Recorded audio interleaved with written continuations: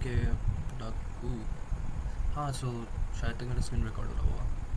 सो chapter का नाम है cell the unit of life. ये चैप्टर का नाम है। अब भैया चैप्टर के नाम में आ रहा है सेल।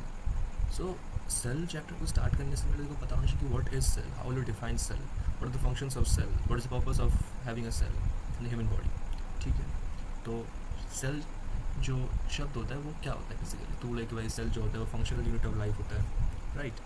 तो एक जो ऑर्गेनिज्म होता है, एक जो तेरा ऑर्गेनिज्म होता है, उसको हम तभी लिविंग बोलेंगे जब भैया के पास सेल होगा, प्रेजेंस ऑफ सेल।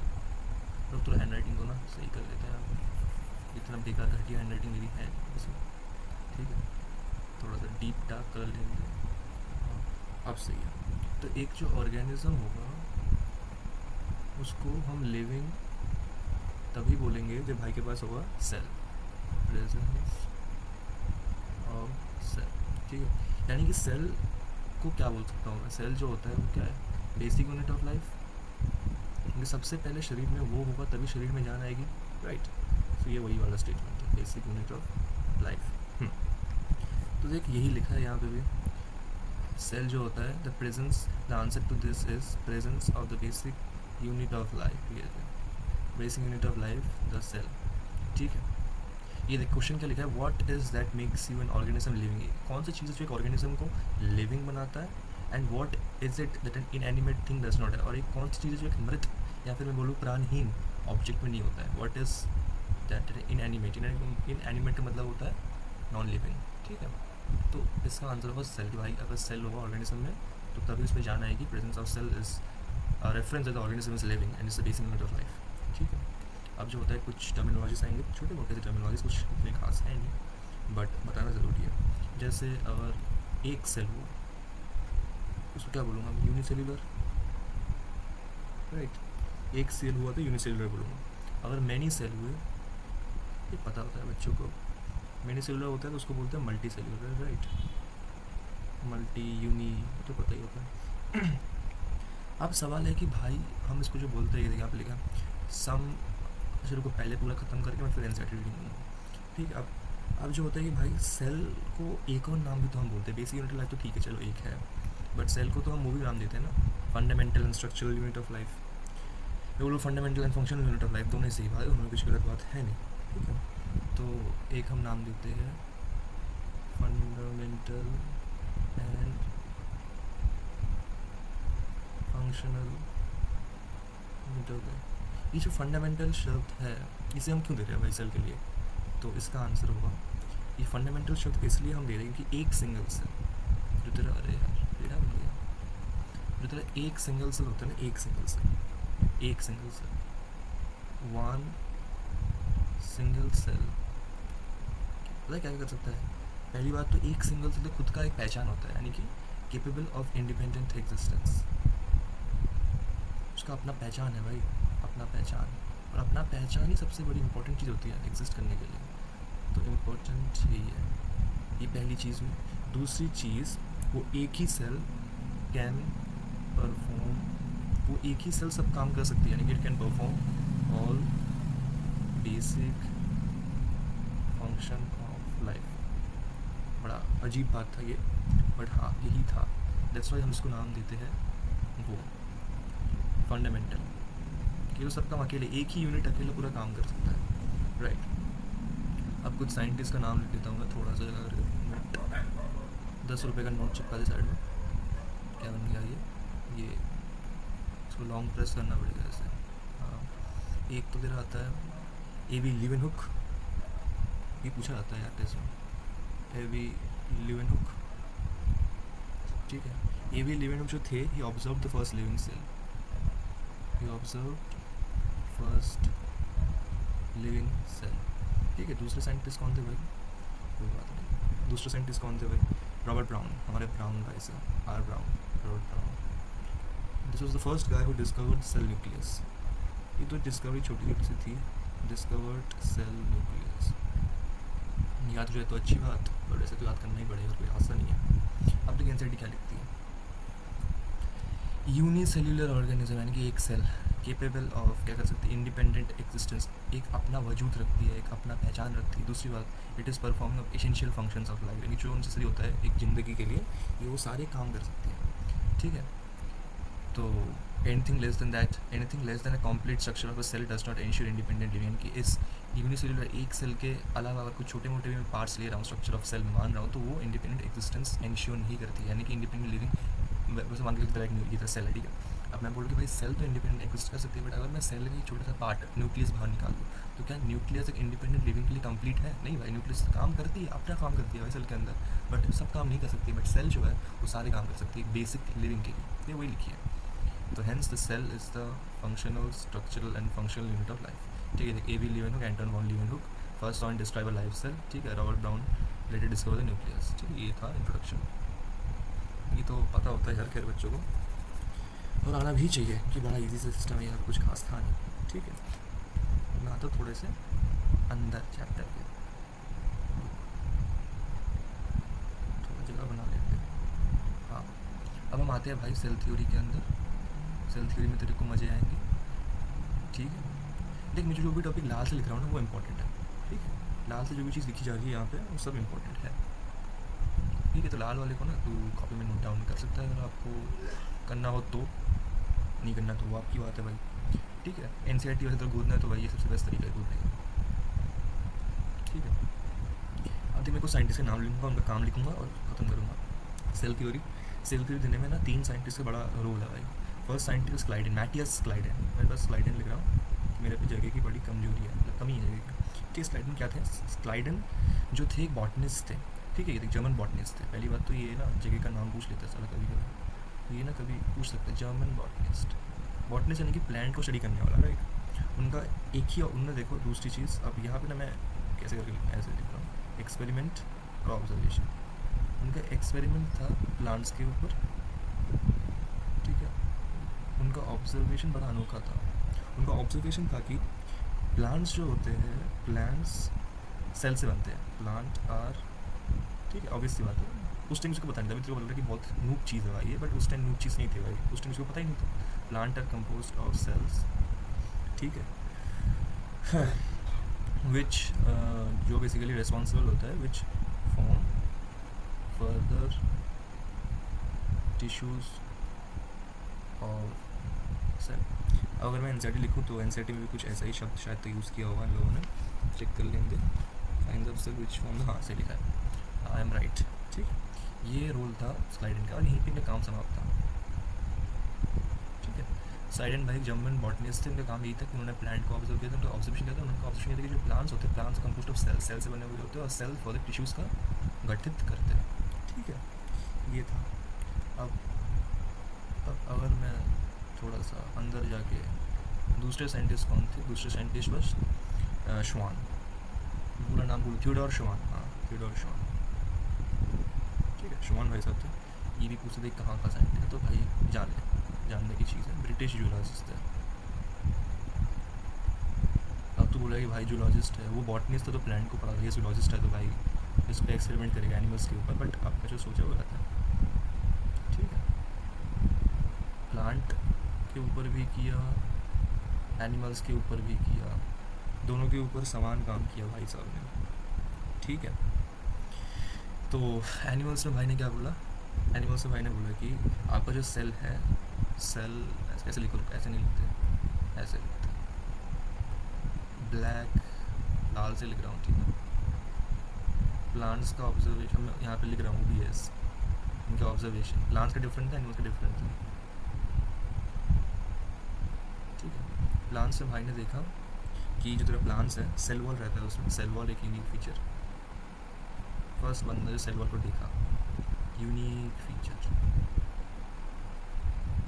ठीक है, और एनिमल्स में देखा कि भाई outer layer, thin outer layer cell का जो होता है, सेल में होता है एक thin outer layer, thin outer layer, जिसको हम नाम देते हैं प्लाज्मा मेम्ब्रेन। तो पता होता है, ये तो पता होता है।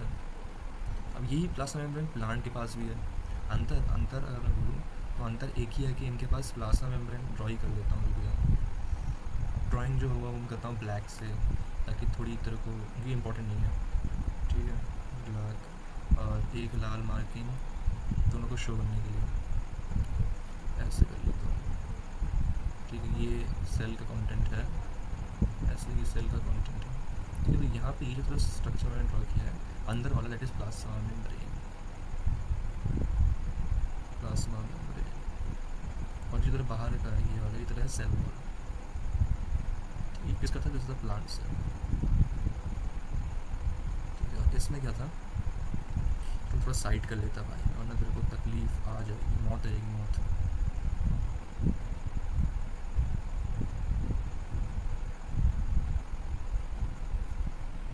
रुको रुको रुको रुको, ठीक है। ऐसे सही है, ऐसे अच्छा लग रहा है।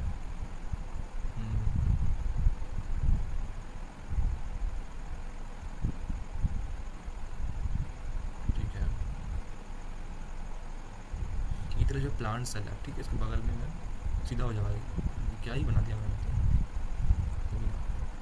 सेल। ये तरह प्लांट सेल था और ये मैं एनिमल सेल रखा। एनिमल सेल में बस प्लेन ऐसा रहता है, ठीक है, ऐसा रहता है। अंदर सेल है और ये बाहर में बस तेरा जो है प्लाज्मा मेम्ब्रेन, अंदर यही है। खास चीज़ जो होती है ना सेल वॉल, वो बस रहती है तेरे इसमें प्लांट्स में, एनिमल्स में नहीं रहता। एनिमल में प्लांट की तरह से सेल वॉल नहीं होता, ठीक है। यही ऑब्जर्वेशन था, ठीक है। ये थोड़ा सा ना मैं स्टार मार्क को खैर कह दिया, फिर इसको मैं रेड में ब्लैक में कन्वर्ट कर देता। नहीं छोड़ो यार, छोड़ो छोड़ो, इतना क्यों करूँगा तेरे लिए मैं, बताना ज़रा। तो यहाँ पे मैं इनकी हाइपोथेसिस लिख देता हूँ। तो मुद्दे की बात ये क्या है, तो थोड़ा मॉडिफाई कर लेते।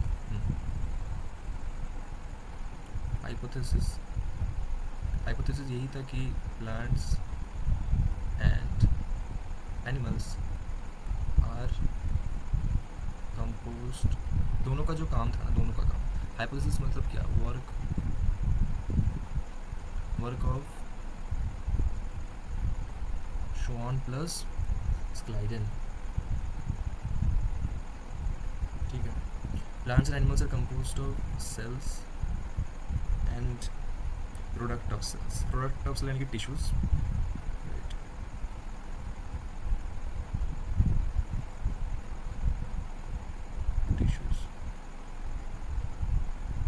एक सवाल है भाई, एक सवाल है छोटा सा, देखते हैं किसका दिमाग चलता है। सवाल है कि हाउ सेल्स आर फॉर्म्ड, ठीक है। ये तो उन्होंने बोला ही नहीं, तो ये जो स्टेटमेंट था, इसको आंसर देने के लिए हमारे मार्केट में एक और नया साइंटिस्ट है, लाल में चेंज करता हूँ, इम्पोर्टेंट है, रुडोल्फ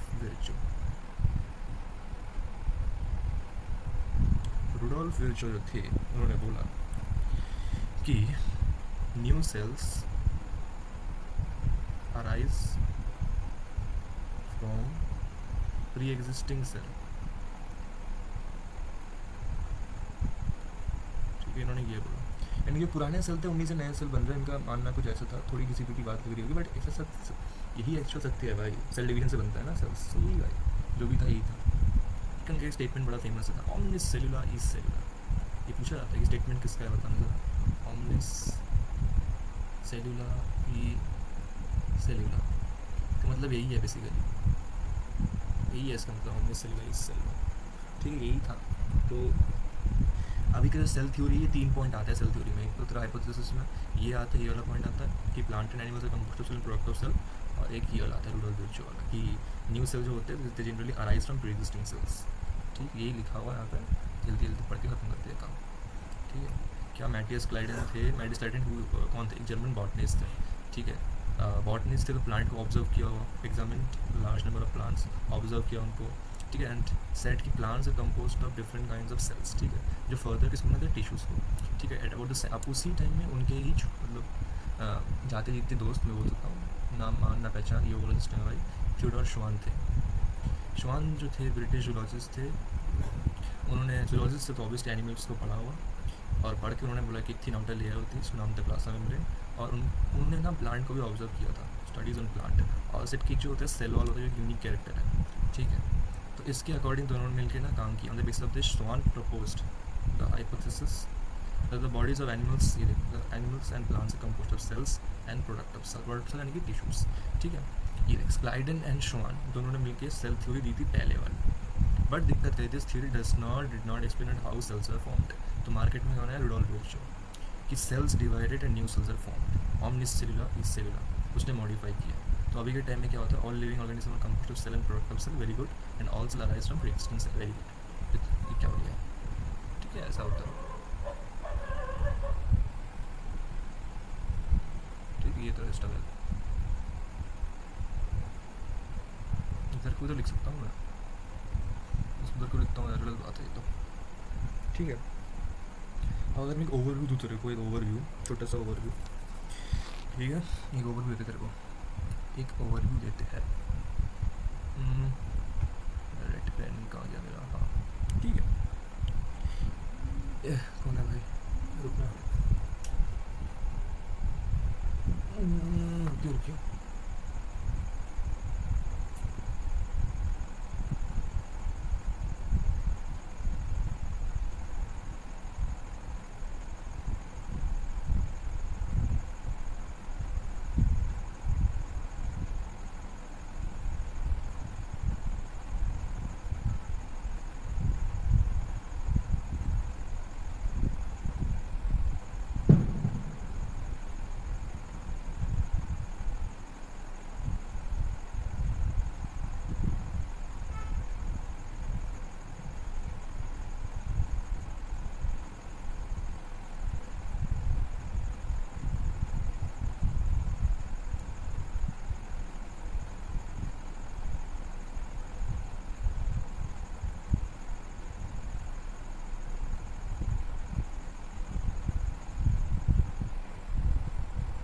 चल स्टार्ट करते हैं.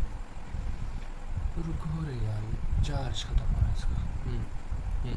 ओवरव्यू देते तेरे को ओवरव्यू देख दो प्रकृति का सेल था एक था तेरा प्लांट सेल तेरा एनिमल सेल. प्लांट सेल में एक तरह एग्जाम्पल देते हैं अनियन सेल का ठीक है onion cell onion cell onion cell onion छोटा छोटा करके लिख देता हूँ मैं यहाँ पे अनियन सेल ठीक है. अगर मैं अनियन सेल को देखूँ अनियन सेल को थोड़ा ना इसको थोड़ा सही कर लेंगे थोड़ा पतला कर लेंगे मेरे को ठीक है हाँ बढ़िया.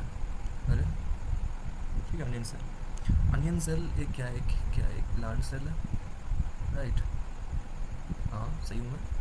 अगर मैं स्ट्रक्चर ड्रॉ करूँ ऐसा डिलिमिटिंग स्ट्रक्चर इनकी बाउंड्री का तो उसको दिखा कि भैया एक सेल वॉल है. अब ऑब्वियस है प्लांट का सेल है तो सेल वॉल तो वहाँ नीचे कौन है पी मेम्ब्रेन प्लाज्मा मेम्ब्रेन ठीक है. अब अगर मैं चिक सेल की बात करूँ अपना जो गाल होता है चिक सेल ये मैं एक दो करके लिख रहा हूँ चिक सेल. अगर मैं चिक सेल की बात करूँ तो चिक सेल में बस एक ही दिखा ठीक है एक ही दिखा उसको वो कौन था प्लाज्मा मेम्ब्रेन. प्लाज्मा मेम्ब्रेन ही आउटर मोस्ट था. आउटर मोस्ट नहीं क्या आउटर डिलिमिटिंग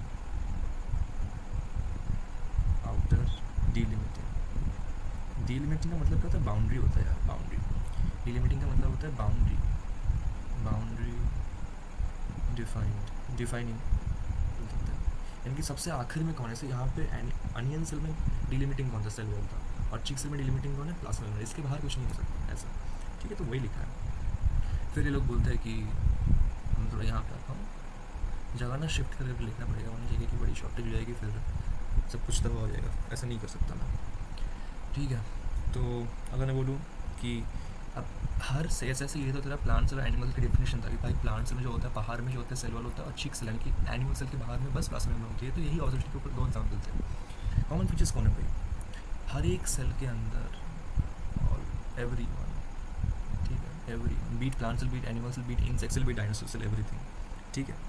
एक डेंस मेम्ब्रेन बाउंड स्ट्रक्चर होता है ऐसे घना सा मेम्ब्रेन बाउंड स्ट्रक्चर होता है डेंस मेम्ब्रेन बाउंड लिख दिया यार क्या हुआ मेरा डेंस मेम्ब्रेन बाउंड स्ट्रक्चर रहता है ठीक है. कौन है भाई वो कौन है वो बताना ज़रा. उसको नाम देते हैं न्यूक्लियस प्यार से. बेसिकली न्यूक्लियस का सराउंडिंग कौन है न्यूक्लियोप्लाज्म के लिए वही बात करें डेंस मेम्ब्रेन बाउंड. इसके पास नहीं मेम्ब्रेन होता है कवरिंग होती है बाहर की एक परत होता है परत ठीक है. और न्यूक्लियोप्लाज्म के पास कौन है बताना ज़रा सीधा हो जाए यार. न्यूक्लियोप्लाज्म के न्यूक्लियस के पास होता है क्रोमोसोम. अरे ये क्या बन गया ठीक है वाह न्यूक्लियस के पास होता है क्रोमोसोम। सवाल कि क्रोमोसोम इतना इंपॉर्टेंट क्यों है हमारे शरीर के लिए? क्योंकि क्रोमोसोम जो होता है it stores genetic material, stores genetic material, ठीक है, पहली बात है। और जेनेटिक मटेरियल हमारे बॉडी में कौन है? डीएनए, हमारे बॉडी की बात चल रही है, ठीक है। अब देखिए, अब बायोलॉजी सब पढ़ते हैं, सबको एक ही चीज़ में बायोलॉजी नहीं भी पढ़ते, लोग बोलते हैं कि mitochondria is the powerhouse of the cell, सबको पता होता है। एक चीज़ जो बहुतों को नहीं पता होती भैया, ये यूकैरियोट प्रोकैरियोट क्या होता है? ये हर जगह पढ़ते हैं यूकैरियोट प्रोकैरियोट, बट बहुतों को इसका असली मतलब भी नहीं पता कि ये एक्चुअली होता क्या है। What is eukaryote, what's a prokaryote, ये बहुतों को नहीं पता होता। ये फैक्ट बता रहा हूँ मैं, ठीक है। शायद तक तेरे को पता नहीं होगा, और पता हुआ इस तो मैंने पढ़ा था शायद तक, आई डोंट रिमेंबर, बट हाँ, और बहुतों को नहीं पता होता। और ये मतलब कुछ बड़ी बात है नहीं, ये छोटी सी बात है, ये नॉर्मल है, ये मार्केट में ये बात नहीं है, नॉर्मल है। प्रोकैरियोट और यूकैरियोट क्या होता है भाई? अच्छा सवाल है, सवाल बढ़िया है भाई। प्रो यानी कि पुराना, प्रिमिटिव है तू, ठीक है। और जो पुराने वाले जो इंसान होते थे, ठीक है, जो पुराने पिछले ज़माने के थे, पुराने ज़माने के, उनके पास जो था मेम्ब्रेन नहीं था, एक बाहरी परत नहीं होती थी, ठीक है, उनके पास। यानी कि जो प्रोकैरियोट होते थे लैक मेम्ब्रेन, यानी कि इनके पास कहीं पे भी, इनके सेल में कहीं पे भी तेरे को परत नहीं दिखेगा, यानी कि मेम्ब्रेन नहीं दिखेगा। यही लैक मेम्ब्रेन कहीं पे भी नहीं दिखेगा, यानी कि कहीं किसी भी ऑर्गेनल के पास तेरे को वो नहीं दिखेगा, परत नहीं दिखेगा, लैक मेम्ब्रेन बाउंड ऑर्गेनल्स, ठीक है, कहीं पे भी तेरे को परत नहीं दिखेगा। दूसरी चीज़, एक होता है यूकैरियोट्स का, एक, अब यूकैरियोट क्या है? इस जमाने के नए इंसान है, ठीक है। तो ये तरह प्रिमिटिव है, ये तरह यू, यानी कि अभी के टाइम का है, ठीक है। अभी के टाइम पे बंदा मॉडिफाइड हो रहा है दिन का दिन, तो इसके पास होता है एक परत होता है, एक बाहरी परत होता है, यानी कि they generally have membrane bound, मैं शब्द यूज़ करूँ जनरली, ठीक है, मेम्ब्रेन बाउंड ऑर्गेनल्स, ठीक है। यही अंतर होता है, ठीक है, मेन अंतर यही होता है, ठीक है, मेन अंतर यही होता है। मुद्दे की बात बताऊँ तो यही होता है, ठीक है। अब आते हैं थोड़े से इन डेप्थ में, आते हैं थोड़े इस चीज़ को डिकोड करके कि भैया समझ तो मैं गया, बट मेरे को बताओ कि सिस्टम क्या होता है यूकैरियोट प्रोकैरियोट में। तो बस तुमने बस डिफाइन कर दिया कि ये ऐसा होता है, ऐसा होता है, बट जो होता है कि इसमें सिमिलैरिटी, अंतर क्या है, सिमिलैरिटीज़ क्या है और डिफरेंस क्या है, ठीक है। तो मैं ये चार्ट कर देता हूँ, ये बड़ा इंपॉर्टेंट सा चार्ट होगा तेरे लिए, ठीक है, कृपया करके याद कर लेना, वरना आखिर में जाकर तेरे को दिक्कतें आएगी, ठीक है। ये तो याद ही करने पड़ेंगे, बाय बाय, तो भैया क्या कर सकते हैं, बताओ, कुछ नहीं कर सकते। प्रोकैरियोट, इसको थोड़ा नीचे करके ब्लैक, डीप ब्लैक से लिखता हूँ भैया, डीप रेड से लिखने लगा भैया, थोड़ी शांति तो मिलेगी, तो डीप रेड से लिखने लगा। कैलकुलेट होता है, हाँ, प्रोकैरियोट और यूकैरियोट का डिफरेंस। ये क्या हो रहा है आज? प्रोकैरियोट और एक होता है यूकैरियोट्स, राइट। मैं पहले बात करना चाहूँगा, ये क्या हो रहा है आज, मेरा क्या दिमाग काम नहीं कर रहा है, टेढ़ा मेढ़ा बना रहा हूँ मैं लाइन्स को। हाँ, अब सही, पहले मैं बात करूँगा डिफरेंसेस की, ठीक है, डिफरेंसेस की बात करेंगे आज। सबसे पहले देखो, इसके पास तो मेम्ब्रेन, नो मेम्ब्रेन, नो, यानी कि बेसिकली इनके पास कोई मेम्ब्रेन होता नहीं है, ठीक है, नो मेम्ब्रेन बाउंड ऑर्गेनल, ठीक है। और जो ये है, इनके पास होता है मेम्ब्रेन बाउंड, मतलब चिंदी चीज़ है भाई, मेम्ब्रेन बाउंड ऑर्गेनल्स। एक और चीज़ क्या होनी चाहिए कॉमन में, एक और चीज़ क्या आनी चाहिए कॉमन में, ठीक है, नहीं सॉरी, डिफरेंस में, सॉरी, एक और चीज़ जो आता है, इनके पास जो होता है सेंट्रियोल्स नहीं होते हैं, एब्सेंस। अब मत पूछने के सेंट्रियोल क्या है, बाद में आएगा, ठीक है ना, अभी के लिए याद कर ले कि इनके पास सेंट्रियोल्स नहीं होता, इनके पास सेंट्रियोल्स होते हैं। सेंट्रियोल एक तरीके का ऑर्गेनल है भाई, ठीक है, लेकिन सब सेंट्रियोल, अभी बताऊँगा तो तेरा दिमाग ख़राब हो जाएगा, तो मैं अभी कुछ नहीं बता रहा, बाद में आएगा, बहुत जल्द आने वाला है, ठीक है। सिमिलैरिटी की बात कर लेते हैं, सिमिलैरिटी क्या होनी चाहिए? देखो, साइटोप्लाज्म तो कॉमन है भाई, इंट्रासेल्युलर फ्लूइड, साइटोप्लाज्म दोनों में है, साइटोप्लाज्म तो सारे जहाँ में होता है भाई, तो पानी की तरह है यार, कहीं पे भी देखो तुमको मिल ही जाएगा, प्रोटीन तो साइटोप्लाज्म और इसमें भी है, प्रेजेंस सब साइटोप्लाज्म, ठीक है, तो कहीं पे भी मिलेगा तेरे को, इसमें तो कोई तेरे को दुख दर्द तकलीफ परेशानी नहीं होगी। दूसरी चीज़ जो होता है प्रेजेंस ऑफ राइबोसोम, ये एक बड़ा इंपॉर्टेंट फैक्टर है, तुमको याद करना पड़ेगा, ये बहुत साल पूछा है इस सवाल को, ठीक है, एक कॉमन यूनिट बताओ। ऊपर वाला भी पूछा, ये वाला भी पूछा, बट ये वाला भी बहुत ज़्यादा पूछा जाता है, आई उसमें भी पूछते हैं। ठीक है, तो मैं स्टार मार्क कर रहा हूँ कुछ चीज़ों को, उनको थोड़ा सा ख्याल रख के जाना कृपया करके। एक तो इसे इस वाले पॉइंट को, इस वाले पॉइंट को, सॉरी सॉरी सॉरी, नहीं सही कर रहा हूँ, सही कर रहा हूँ, इसको भी और इसको भी। यहाँ से इन चारों पॉइंट को थोड़ा ख्याल रख के जाना। हाइपोथेसिस जो थोड़ा ये वाला जो पॉइंट है, एक रुडोल्फ विट्री वाला पॉइंट थोड़ा ख्याल करके जाना। ठीक है, इसको स्टेटमेंट थोड़ा ख्याल करके जाना। और अगर बात करूँ कि क्रोमोसोम के पास जेनेटिक मेटेरियल्स को याद करके आना थोड़ा सा। जर्मन वैसे तो नहीं पूछता ही नहीं है, ये दोनों पॉइंट याद करके आना। ब्लू वाले जो है वहाँ से सवाल बन सकते हैं दोस्त। और ये जो स्टेटमेंट है उसको भी याद कर देख के आना, कृपया करके देख के आना भाई, वरना बहुत बुरा फंसेगा।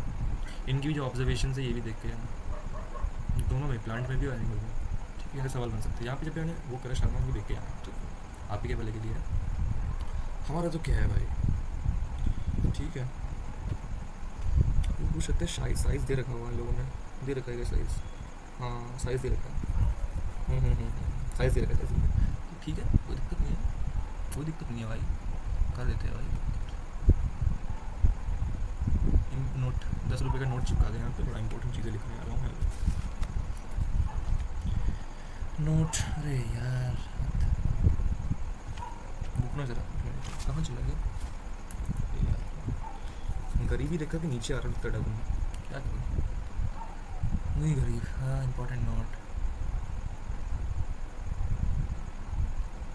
इंपॉर्टेंट नोट में तेरा सबसे देखो 3 चीज़ें लिखूंगा, 3 चीज़ें याद करके जाना। पहली चीज़ है, यहाँ से तो सवाल बनता ही बनता है, माइकोप्लाज्मा वाला। सबसे छोटे सेल कौन है भाई, स्मॉलेस्ट सेल होते हैं माइकोप्लाज्मा। अगर आप लोगों ने प्लांट ढंग से पढ़े होगे तो उसमें बायोलॉजिकल क्लासिफिकेशन में इसका जिक्र आता है, एनाएरोबिक ऑर्गेनिज्म होता है ये। ठीक है, ये पूछता है बहुत ज़्यादा करके, उसको याद रखना। स्मॉलेस्ट होता है माइक्रोप्लाज्मा, से कुछ डायमीटर होती है, कुछ 0.3 आई गेस, चेक कर लिया एक बार, 0.3। ये मैं कुछ चेक करूँगा, पर इंसेक्ट तो भी सामने है इसमें PDF में। लंबे कौन से, आप देखिए लंबे और बड़े में अंतर है, ठीक है ना।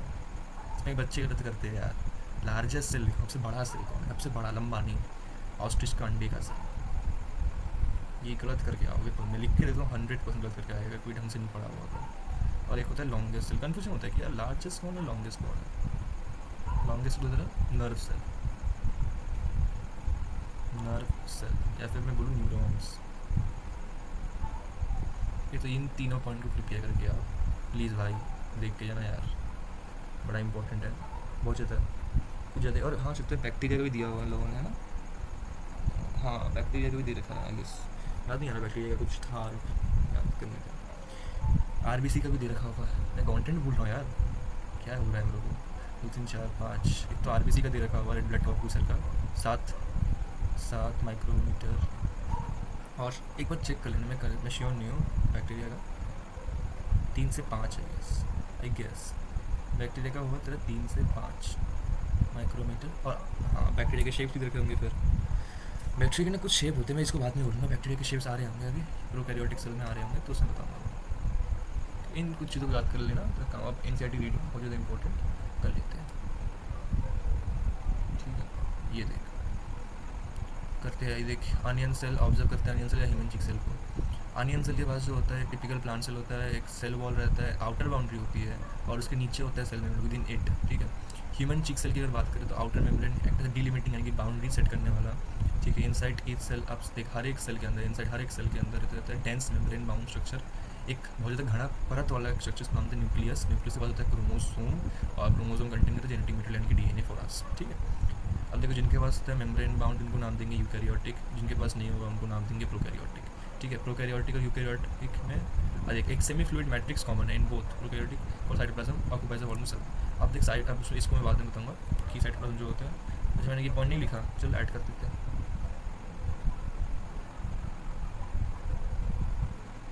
वैसे तो पता, चलो खैर छोड़ दो।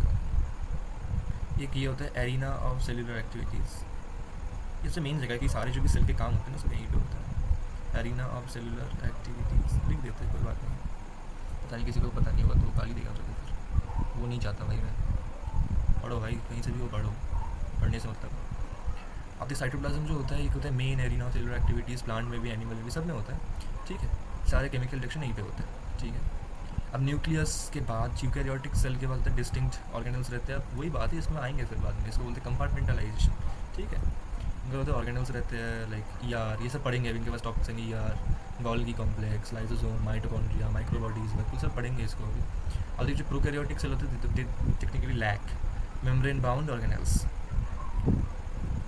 इसको भी पढ़ेंगे, तो इसको अभी तो स्किप कर सकता है, इसको राइबोसोम इसको पढ़ेंगे बाद में भी, इसके जो टॉपिक है उसमें। बट ये देख मेन जो ribosome in both eukaryotic and prokaryotic found in all the cells, इस यही मेन पॉइंट, यानी कि राइबोसोम और जो वो था साइटोप्लाज्म वो कॉमन थे, ठीक है। राइबोसोम देखो अब इसको भी पढ़ते हैं हमसे, इसको मैं अभी नहीं बताऊँगा, इसको कुछ लाइनें स्किप करेंगे। अब जो होता है एनिमल सेल के पास होता है नॉन, हाँ देख एनिमल सेल यानी कि बात करें यूकैरियोट्स का, ठीक है ना, एनिमल सेल यानी कि यूकैरियोट्स का, ठीक है। इनके पास होता है contain another non membrane bound organelle, जिसको नाम होता है सेंट्रोसोम यानी कि सेंट्रियोल, जो सेल डिवीजन में हेल्प करता है। एनिमल सेल यानी कि लिख देते हैं एनिमल सेल यानी कि कौन, यूकैरियोट, ऐसे यहाँ पे नहीं लिख सकते, तो बाकी साइड में लिख देंगे यूकैरियोट, ठीक है। अब ये देख शेप्स दे रखे होंगे इन लोगों ने, शेप्स दे रखे हैं, कुछ डेटा दे रखे हैं इन लोगों ने, पढ़ लेते हैं कि देख सबसे छोटा जो होता है माइक्रोप्लाज्मा होता है सेल्स 0.3 mm, सही था, माइक्रोमीटर। बैक्टीरिया रहता है, बैक्टीरिया का कितना था 3 to 5 आई गेस, और मैं सही था 3 to 5। सबसे लार्जेस्ट कौन होता है, ऑस्ट्रिच का एक अंडा पूछा जाएगा तरह से। और जो ह्यूमन रेड ब्लड सेल होते हैं वो 7 mm तक जा सकते हैं, ठीक है। नर्व सेल जो होते हैं वो होते हैं लॉन्गेस्ट सेल, पता होता है। और जो डिस्क लाइक पॉलीगोन है इसको बताऊँगा मुझे, थोड़ा सबर, ठीक है ना, सबर होना है जरूरी इम्पोर्टेंट, बिना सबर के कुछ काम नहीं बनता, उल्टा काम बिगड़ता है भाई, ठीक है ना, थोड़ा सबर।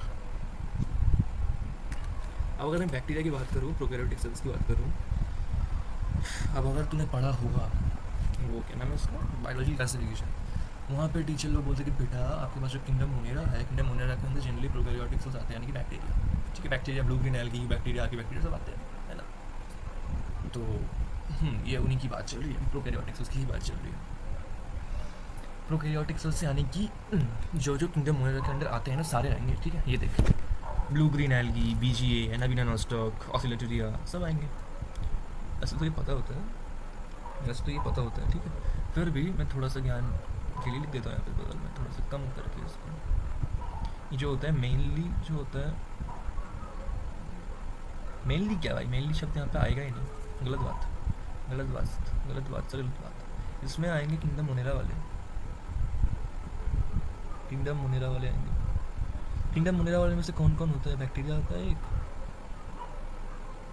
यू बैक्टीरिया से आता है ना, BGA, ब्लू ग्रीन एल्गी, जिनके पास हेट्रोसिस्ट होता है, जो ये तरह नाइट्रोजन फिक्शन में हेल्प करता है, और तेरे को पढ़ा होगा तो आपको पता होगा। फिर आपका आता है BGA, तो एक आता है एक माइक्रोप्लाज्मा आता है, जो मैंने पढ़ा था, मैंने छोटे सबसे छोटे तो हो ना, तो छोटे होते हैं ना 0.3, अरे ये क्या बन गया भाई, मेरा ऑटोमेटेड शेप लगता ऑन है, माइक्रोप्लाज्मा, ठीक है। और शायद तक इन लोगों ने PPLO भी दे रखा होगा, PPLO कुछ भी नहीं है, PPLO तेरा वो जो थी ना लास्ट में कुछ pleuro pneumonia like organism, PPLO उन्हीं की बात चलती है। PPLO जनरली हम इसमें पढ़ते थे, अगर तूने पढ़ा होगा न्यूट्रोफिल्स को भी PPLO बोलते हैं, प्लूरो न्यूमोनिया लाइक ऑर्गेनिज्म।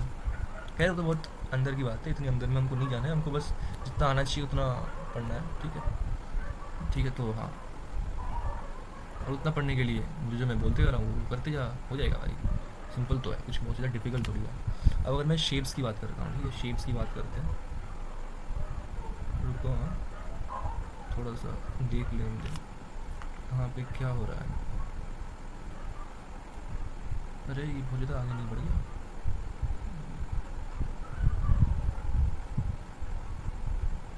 मैं शेड चेक कर रहा हूँ, हाँ सेट चाहिए, शेड चेक करना पड़ता है भाई लिखने के टाइम में, वरना फिर छोटा बड़ा हो जाएगा, फिर ये हैंग करने लग जाएगा भाई, पागल हो जाएगा फिर, वो नहीं चाहता भाई मैं कि बोर्ड क्रैश हो जाए मेरा अभी, ये बेफालतू का बैक्टीरिया। अरे ये मेरे को तो ये इसमें लिखना चाहिए था, लाल में, रुक गया, लाल में लिखने थे बैक्टीरिया,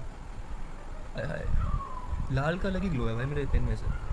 बैक्टीरिया में तेरे जो होता है चार ही थे ना, मैं क्यों भूल रहा हूँ चीज़ों को, पता नहीं, हाँ 4 ही थे, 4 प्रकृति का जो होता है शेप्स होते हैं, disc like, polygonal, thread like, 4 थे या 5 थे, शायद तक 5 थे, चेक करने दे एक बार, बेसिलस नहीं 4 थे, 5 तो किसी और का था, ठीक है। रॉड लाइक थक चुके हैं भाई, फिर भी आपको पढ़ा रहे हैं, क्या करें। एक होता है रॉड लाइक, ठीक है, एक तरह है कोकस, एक तरह रहता है विब्रियो, और एक तरह रहता है स्पिरिलम। ये जो होते हैं चार शेप होते हैं। रॉड लाइक में आता है बैसिलस, बैसिलस तुरंजिनेसिस, पढ़ा ही होगा, बीटी कॉटन में आता है। ठीक है, कोकस में होता है स्ट्रेप्टोकोकस न्यूमोनिया। वैसे तो अरे रुको गलत लिख दिया, कोकस नहीं यार, रुको रुको रुको, पहले मैं भूल गया था, हैंड्स प्रूव्ड है भाई, ये वाला टॉपिक में भूल चुका था, नाम से भूल गया था भाई मैं, भूल गया। ये होता है रॉड लाइक, एक तरह होता है स्पेरिकल गोल, आपसे कह रहा हूँ। एक तरह होता है कोमा शेप्ड, यानी कोमा के आकार में कोमा। एक तरह होता है स्पाइरल। ठीक है, अब से आ रहे थे भाई, अब से आ रहे। स्पेरिकल में आता है तेरा कोकस, स्ट्रेप्टोकोकस निमोनिया। ठीक है, कोमा में आता है विब्रियो, विब्रियो कोलेरेई। मैं कुछ एग्जाम्पल दे रहा हूँ तेरे को बस। और इसमें आता है स्पिरिलम, स्पिरिलम तो कहीं पे भी नहीं पढ़ाऊँगा, यहाँ पे छोड़ गया। बट इन सबको पढ़े कहीं ना, इसका ना नहीं पूछेंगे वैसे, आई डोंट थिंक इतने इतने तो वेले नहीं बैठे भाई ये लोग, इतने तो वेले नहीं ही बैठे हैं। ऑर्गेनाइजेशन जो होता है फंडामेंटली सिमिलर रहता है। हाँ, लिख देते हैं। थक रहा हूँ, क्या ढक रहा हूँ, क्या मेरे को नींद नींद लेनी चाहिए।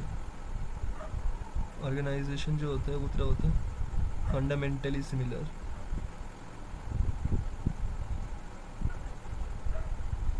और जो तेरा होता है सबसे डाइवर, एक मेटाबॉलिक डाइवर्सिटी, शायद कि उस चैप्टर का टॉपिक था।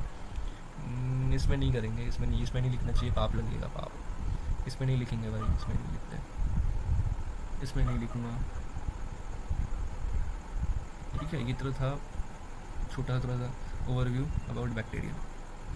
अब अगर मैं मेन बड़े बड़े बातों में अगर मैं आने लग जाऊँ,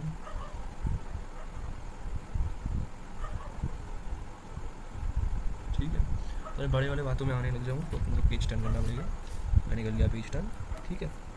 अब हम आते हैं बड़े बड़े बातों में, जो मतलब जो इंपॉर्टेंट, मैं एक एक करके जाऊँगा, तो डायरेक्ट नोट डाउन कर लिया, तो कुछ भी कर, ठीक है, मेरे को उससे मतलब नहीं, ठीक है, मजाक कर रहा हूँ, दिल पे मत ले यार। मेरे जो यहाँ के जो मोहल्ले के जो कुत्ते हैं ना, वो भी दिल पे बात नहीं लेते हैं भाई, ठीक है ना। तो फिर भी तू इंसान है, तू क्यों ही लेगा। तो हाँ, प्रोकैरियोट्स जो होते हैं, प्रोकैरियोट्स की कुछ खास बातें मैं एक करके लिखता हूँ, ठीक है। सबसे पहली बात तो they have a cell wall. अब मैंने थोड़ी बोला था कि इनके पास ऑर्गेनेल नहीं, मतलब ऑर्गेनेल तो नहीं होता है बट सेल वॉल होता है, ठीक है ना। एक को छोड़ के, अगर आपने वो चैप्टर पढ़ा था, क्या नाम है उसका, बायोलॉजी क्लासिफिकेशन, उसको छोड़ के, एक्सेप्ट कौन, माइकोप्लाज्मा। माइकोप्लाज्मा के पास कोई सेल वॉल नहीं होता है, ठीक है।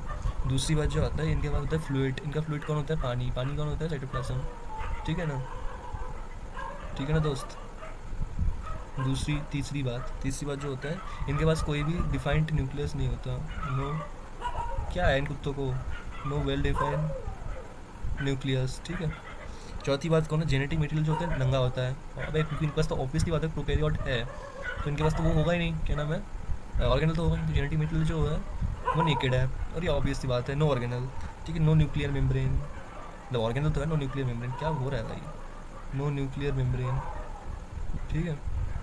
चौथी पांचवी बात, ठीक है, इनके पास होता है कुछ एक्सेसरी जेनेटिक मटेरियल, एक्सेसरी मतलब जिनको जब काम आएगा तब यूज़ करेंगे, वरना भी बेकार है, वरना बेकार है। एक्सेसरी जेनेटिक मटेरियल पता है कौन है ये, इनको नाम देते हैं प्लाज्मिड, ठीक है, इनको नाम देते हैं प्लाज्मिड।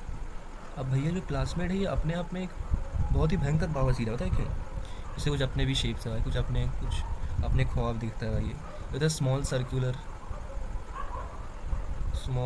छोटा सा होता है, गोल सा होता है, ठीक है। इसको बोलते हैं आउटसाइड जीनोमिक डीएनए। जैसे वो था जीनोमिक डीएनए, ये था आउटसाइड जीनोमिक डीएनए, ठीक है, यही अंतर है, और कोई खास अंतर है नहीं। आउटसाइड जीनोमिक डीएनए, ठीक है ना। अब अगर मैं प्लाज्मिड की थोड़ी और बातें करूँ, जो एक चर्चा वाला, मतलब एक बहुत अच्छा सवाल पूछा था, ये क्या आ गया मेरे उसमें, बहुत अच्छा सवाल पूछा था कि प्लाज्मिड का एक और बहुत खास सा काम है, ठीक है, बहुत खास सा काम है, ठीक है। जितना प्लाज्मिड है एक, ये इट कैन वो जो मतलब कुछ फिनोटाइपिक कैरेक्टर दे देते हो, फिनोटाइपिक इन द सेंस, क्या बना रहा हूँ मैं, क्यों बना रहा हूँ, साफ करने का। ये जो होता है कन्फर सर्टेन फिनोटाइपिक कैरेक्टर। अब तो बोले कि भैया फिनोटाइपिक कैरेक्टर्स क्या होते हैं। फिनोटिपिक क्या होता है? Phenotypic, genotypic, right? फिनोटिपिक का मतलब क्या होता है? जीनोटिपिक का मतलब क्या होता है? Genotypic, what is genotypic? Genotypic मतलब जीन का कोई भी दिखान, मतलब जीन कौन से अरेंजमेंट में है, कैपिटल है, कैपिटल है, कैपिटल है, स्मॉल है, बट जीन को एक्सप्रेस करने के बाद हमारे ऑर्गेनिज्म में क्या चेंज आएगा उसको नाम देते हैं फिनोटिपिक, ठीक है? तो it can confer certain phenotypic characters, ठीक है? यानी कि कुछ खास शक्तियाँ दे सकता है अपने सेल को, ऐसे समझ। जिस तरह प्लाज्मिड है, ये कुछ खास शक्तियाँ दे सकता है अपने सेल को, वो क्या है और वो शक्ति कौन सी है? वो शक्ति है resistance to antibiotics, resistance to. तभी तो बॉडी के अंदर अगर एक बार बैक्टीरिया घुस गया उतनी जल्दी, उतनी इजीली नहीं मरता भाई, वो नॉर्मल तरीके से नहीं मरता। यही बात है, यही कारण है, ठीक है? अब अगर मैं छठी बात करूँ तो इनके पास राइबोसोम तो होता ही है। राइबोसोम का वो दे रखा है, नंबर दे रखा है? I don't think so number दे रखा होगा, नहीं नंबर नहीं दे रखा है, ठीक है? राइबोसोम देख, राइबोसोम सबके पास होता है, ठीक है ना? इतनी बात समझ ले, राइबोसोम हर जगह है भाई, प्रोकैरियोट यूकैरियोट दोनों में राइबोसोम रहता है। राइबोसोम जगह एक्स्ट्रा ले रहा हूँ नहीं, बहुत कम जगह ले रहा हूँ, पता नहीं कैसे। इनको होता है इंक्लूजन बॉडीज़, पता आप आ रहे हैं इन चीज़ों में, आ रहे हैं, ठीक है? इन चीज़ों में आ रहे हैं, इतना सोच मत, आ रहे हैं इन चीज़ों में, आ रहे हैं। इंक्लूजन बॉडी मत पढ़ भी, क्या है इंक्लूजन बॉडी? मैं बस बता रहा हूँ, इंक्लूजन बॉडी नामक एक कीड़ा है इनके पास, सुनते जा बस, इंक्लूजन बॉडी। अब इनका जो मेम्ब्रेन है ना, सेल का जो मेम्ब्रेन है, सेल का जो अब सेल वॉल है, नीचे सेल मेम्ब्रेन होगा, यानी कि सेल मेम्ब्रेन जो है इनके पास, सेल मेम्ब्रेन में होती है थोड़ी थोड़ी छोटी छोटी फोल्डिंग्स, ठीक है? अब इन फोल्डिंग्स को नाम देते हैं मीजोसोम, ठीक है? इनको नाम देते हैं mesosome. What are mesosome? Mesosomes are folding of cell membrane, ठीक है? Infoldings of cell membrane. और एक कैरेक्टरिस्टिक्स है, ठीक है ना? ये खासियत है, कैरेक्टरिस्टिक प्रॉपर्टी बोल सकता है तो बोल, क्या ये होता है एक्चुअली, बोलना छोड़ो भाई, ये होता है कैरेक्टरिस्टिक प्रॉपर्टी, ठीक है ना? और अभी मेरा जो है सही चल रहा है भाई, मैं थोड़ा धीरे चल रहा हूँ बट चलो कोई नहीं, आराम से 2-3 पार्ट में ख़त्म करेंगे, 3 पार्ट आज कितना तक करेंगे बस देख लेंगे यार। तो कैरेक्टरिस्टिक खत्म, सेल मेम्ब्रेन खत्म करेंगे, सेल वॉल खत्म करेंगे, ईआर तक खत्म करके लाइसोसोम घुस सकती है, लाइसोसोम तक खत्म कर लेंगे, माइटोकॉन्ड्रिया थोड़ा सा बाकी है, और फिर तो कल दूँगा तेरे को मैं, आराम से करके आराम से। चैप्टर भरा है, तेरे को लिखने में भी टाइम लगेगा, मेरे गले को भी शांति चाहिए, ठीक है? तो ये बहुत इंपॉर्टेंट बात है। देखो चैन तो मेरी ज़िंदगी में है नहीं तुम लोगों की वजह से, पता नहीं कहाँ से क्रेप साइकिल डाल दिया भाई ऑन अकेडमी वाले, पता नहीं कैसे, पता नहीं सर, किया तो हमने जो भी क्या गलत किया, पढ़ लेते हैं इनसे, क्या लिखती है। तो प्रोकैरियोटिक सेल जो होते हैं, it consist of bacteria, blue green algae, mycoplasma, PPLO, ठीक है? जनरली छोटे होते हैं, मल्टीटाइम और रैपिडली होते हैं, ये बेकार है। देख 4 बेसिक शेप होता है, 4 बेसिक शेप। बैसिलस होते हैं रॉड लाइक, कोकस इसको बोलते हैं स्पेरिकल, विप्रियस बोलते हैं पूमा शेप्ड, ठीक है? अस्पिरिलम जो होता है स्पाइरल होता है, ठीक है? नहीं कुछ छोटी मोटी सी बात है। ऑर्गेनाइजेशन जो होता है फंडामेंटली सिमिलर होता है, कि सब में इक्वल बटेगा, किसी को कम नहीं किसी को ज़्यादा नहीं, सबका ऑर्गेनाइजेशन सिमिलर होगा, ठीक है? अब देख प्रोकैरियोट के पास जो होता है सेल वॉल रहता है, ये देख क्या लिखा है, prokaryotes have a cell wall, ठीक है? सराउंडिंग, ये सराउंडिंग इसके नीचे है भैया, सेल मेम्ब्रेन है इसके नीचे है, ठीक है? एक्सेप्ट इन माइक्रोप्लाज्म, माइक्रोप्लाज्म के पास कोई भी सेल वॉल नहीं होता, ठीक है? जो फ्लूइड फिल्ड मैट्रिक्स नाम है साइटोप्लाज्म, तो ऑब्वियस है, नो वेल डिफाइंड न्यूक्लियस, ठीक है? जेनेटिक मटेरियल जो, अब जेनेटिक मटेरियल तो हुआ, न्यूक्लियस नहीं, कोई बात नहीं, जेनेटिक मटेरियल तो वो नेकेड है भाई, यानी कि कोई भी न्यूक्लियर एनवेलप या न्यूक्लियर मेम्ब्रेन नहीं है। Addition to genomic DNA, there is a genomic DNA के सिवा भी बैक्टीरिया के पास होता है small circular DNA outside the genomic DNA, इसको होता है आउटसाइड जीनोमिक डीएनए। ये जनरली होते हैं छोटे छोटे, नाम होता है प्लाज्मिड। प्लाज्मिड के पास शक्ति है कुछ फिनोटाइपिक गुण देने का इस बैक्टीरिया को, और वही एक बहुत फेमस शक्ति है कौन सी, रेजिस्टेंस टू एंटीबायोटिक, यानी कि इसीलिए जब बॉडी के अंदर एक बार बैक्टीरिया घुसता है तो इतनी इजीली मरता है नहीं, ठीक है? DNA is use to monitor bacterial transmission, ठीक है? ये कोई काम का जिसमें है नहीं। इन हायर क्लासेस लिखे, हायर क्लास हम एमबीबी से पढ़ेंगे, विल अंदर जैसे प्लाज्मिड डीएनए, हाँ ट्रांसफर कॉन्जुगेशन में हेल्प करता है, वैसे तो इंपॉर्टेंट नहीं है, मतलब इंपॉर्टेंट है ही नहीं, पहले एक चैप्टर होता था 12th में रिप्रोडक्शन ऑर्गेनिज्म करके, वहाँ पे पढ़ाते थे टीचर लोग, अभी तो नहीं है, ठीक है? तो न्यूक्लियर मेम्ब्रेन जो होता है, nuclear membrane is found in eukaryote, obviously eukaryote are organisms having membrane bound organelle, तो उनके पास जो न्यूक्लियस होगा उसके अराउंड में एक मेम्ब्रेन तो होगी, उसका नाम न्यूक्लियर मेम्ब्रेन, तो वही लिखा है। No organelles with the ones in eukaryotes, कोई भी ऐसा ऑर्गेनेल नहीं है यूकैरियोट्स की तरह जो प्रोकैरियोट्स में पाए जाए, एक्सेप्ट राइबोसोम। राइबोसोम एक, मैं बोलूँ राइबोसोम एक बहुत ही अच्छा डिफरेंस है प्रोकैरियोट और यूकैरियोट के बीच में। प्रोकैरियोट के पास रहता है इंक्लूजन बॉडीज यूनिक, और एक होता है differentiated special cell membrane called mesosome, ठीक है? इसको बोलते हैं they are essentially infolding of cell membrane, और एक कैरेक्टरिस्टिक फीचर तो है ही, ठीक है? तो बस मेरे कुत्ते पागल हो चुके हैं भाई, माँ पसंद बता रहा हूँ, कुत्ते पागल बौखला चुके हैं, एकदम दिमाग से सठिया चुके हैं भाई, राहुल की आत्मा घुस चुकी है उनके अंदर भाई, मजाक सेट के फैक्ट्स बता रहा हूँ, फैक्ट्स। एकदम से ठिया चुके हैं भाई, तब से चीखे जा रहे हैं एकदम पागलों की तरह, पता नहीं क्या समस्या है इन लोगों को, चैन नहीं है सालों को रात को भी।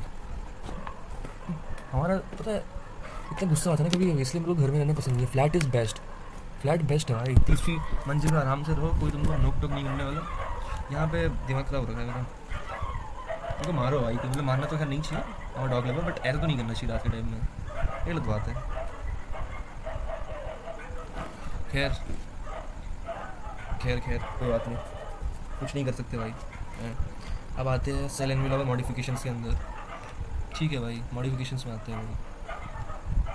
मैं 2 घंटा हो गया यार, 2 घंटे से बके जा रहा हूँ। मेरे को चाहिए पैसे, देगा नहीं मेरे को, गलत बात है भाई। मैं फ्री फोकट में क्यों काम करूँ भाई तेरे लिए, गलत बात है बेटा, ये तो पाप है भाई, ये तो सजा। ये क्या है, रुको ना, अब उसको मेरे को फिर से वो करना पड़ेगा, लेयरिंग करनी पड़ेगी, चेक कर लेंगे। ठीक है, ओके ओके, पेन चलान देगा, हाँ सही है सही, ऐसे रहने देते हैं हाँ। तो अब क्या पढ़ेंगे, आप सेल एनवेलप क्या होता है उसको पढ़ेंगे। ठीक है, आराम से, हाँ एकदम आराम से, कोई दिक्कत वाली बात नहीं है। सबसे पहली चीज़ जो हम पढ़ने वाले हैं अभी, मुझे फुल स्पेस। ठीक है ठीक है, एक ऐसा सर्कल, टोटल 3 बनाना है मेरे को, 3 डिफरेंट इंसान बना रहा हूँ मैं, और एक ऐसा सर्कल छोटू सा, इसको डिफरेंट इंसान बनाता हूँ मैं। ठीक है, ऐसे बनाते हैं। अब जो तरह बाहरी जो सिस्टम है, जो ये बेसिकली सेल एनवेलप है, सब तीनों को मिला के बोलते हैं सेल एनवेलप। ठीक है ना, ये बहुत ज़्यादा केमिकली कॉम्प्लेक्स है। सबसे बाहर वाले को नाम देते हैं ग्लाइकोकैलिक्स, कैलिक्स, जो तरह होता है आउटर मोस्ट, सबसे बाहर ही है ये। ठीक है, फिर जो अंदर आता है इसको नाम देते हैं सेल वॉल। ठीक है, फिर जो एकदम ही अंदर आता है इसको नाम देते हैं प्लाज्मा मेम्ब्रेन। तो पता होता है सबको भाई, किसको नहीं पता होता बताया ना सर, कोई खींच के चपेटा मार के आया यार, सबको होता है। और इन तीनों को मिल के हम नाम देते हैं क्या, सेल एनवेलप। ठीक है, सेल एनवेलप इतना काम डायर, मतलब इतना इतना इंपॉर्टेंट क्यों है हमारे बॉडी के लिए, मतलब हमारे बॉडी के लिए नहीं, प्रोकैरियोट्स के लिए। ठीक है ना, तो जिस तरह ये बेसिकली एक सिंगल प्रोटेक्टिव यूनिट की तरह काम करेगा, सब मिलके अकेला एक के लिए लड़ेंगे भाई, एक होकर लड़ेंगे भाई, ये वही वाला सिस्टम है, सिंगल प्रोटेक्टिव यूनिट। ठीक है, सिंगल प्रोटेक्टिव यूनिट होता है। अब सवाल है कि इससे मेरा क्या फ़ायदा। अच्छा सवाल, तो कोई फ़ायदा तो है नहीं, बट हाँ इससे एक सवाल कि भाई आउटर मोस्ट कौन है, ये एक बार ना मार्क कर दे रहा हूँ, इसको याद रखना। यहाँ में से कुछ याद करने लायक है क्या, यहाँ से याद करने बता रहा हूँ मैं कौन सा। जेनेटिक मटेरियल नंगा होता है, ये इंपॉर्टेंट। एक्सेसरी मटेरियल इसको बोलते हैं प्लाज्मिड, ये इंपॉर्टेंट। ये वाला पॉइंट इंपॉर्टेंट, ये तो मैं बताऊँगा तेरे को, तो बताऊँगा तेरे को, बट इनके पास कुछ खास नहीं है। ये 3 पॉइंट याद करके है ना, ये थोड़ा सा इंपॉर्टेंट मेरे को लग रहा है, और इनके पास कोई न्यूक्लियस नहीं होता, ये इंपॉर्टेंट बोल सकता है कहीं से, पहला पॉइंट इंपॉर्टेंट। और अब थिकनेस के अकॉर्डिंग, मोटाई के अकॉर्डिंग, भाई इन कुत्ते को क्या हो चुका है आज यार, ऐसे तो नहीं करते यार कभी, ऑन बेसिस ऑफ थिकनेस।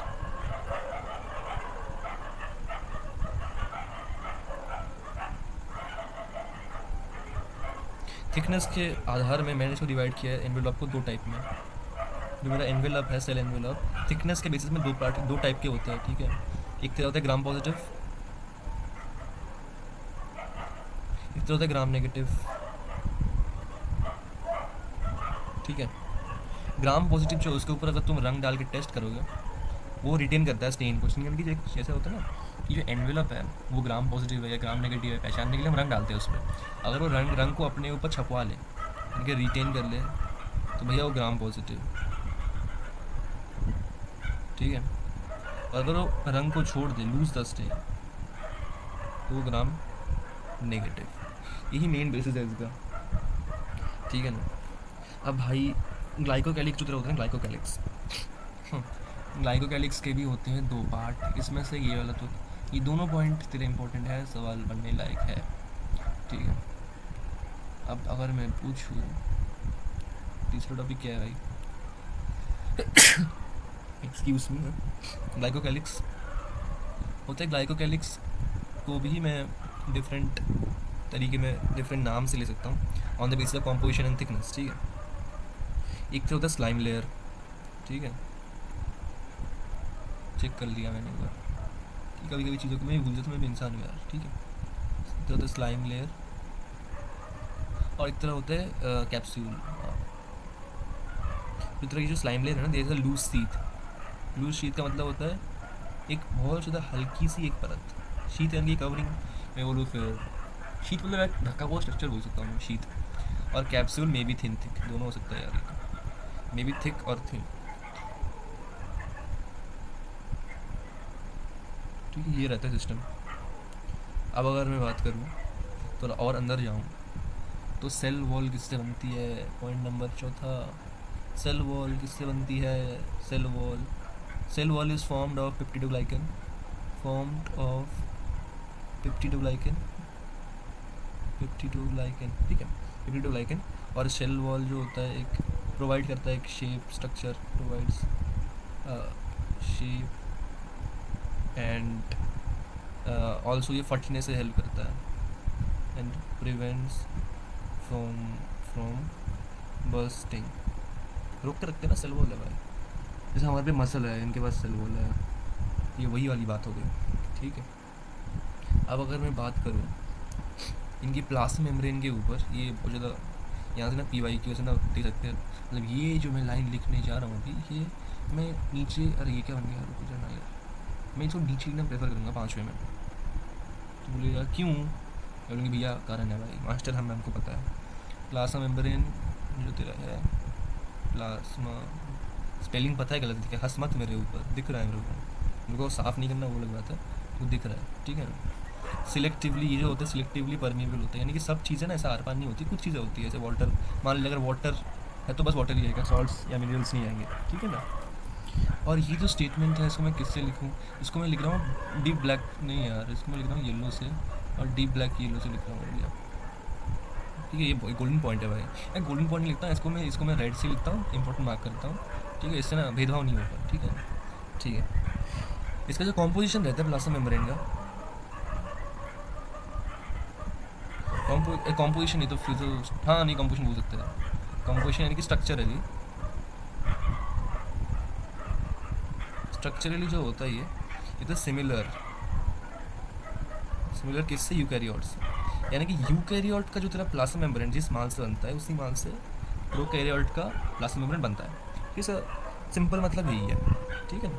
अब अगर मैं आता हूँ मीज़ोसोम के अंदर, अब मैं कुछ वही स्ट्रक्चर्स के नाम लूँगा, उनका कॉम्पोजिशन वो बताऊँगा, वो तेरे को याद करने होंगे, अगर आपने याद कर लिया तो बहुत बढ़िया, अगर याद नहीं करे तो आप डूब के मर गए, तो फिर वही वाली बातें आती है छोटी मोटी सी,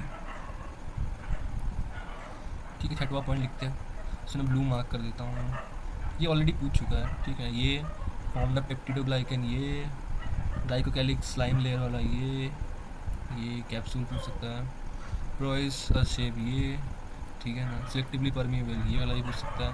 तो जो पूछ सकते हैं सबको ब्लू मार्क कर रहा हूँ मैं, पूछ तो बहुत पूछ सकते हो, तो दिख रहा है अभी तक, ये पूछ सकते हैं कि नहीं पूछ सकते, दिख रहा है तेरे को, तो ये वही वाली बात है, ठीक है ना, आराम से करते हैं ना, कोई दिक्कत हो तो पूछ लेना, ठीक है ना। 5वां और 6वां पॉइंट, 6वां पॉइंट यहाँ पे लिखूँ क्या, 4, हाँ लिख सकते हैं वैसे, तो 5वां को मतलब काट को, इसको काटो यार, अच्छा नहीं दिख रहा ना दोस्त।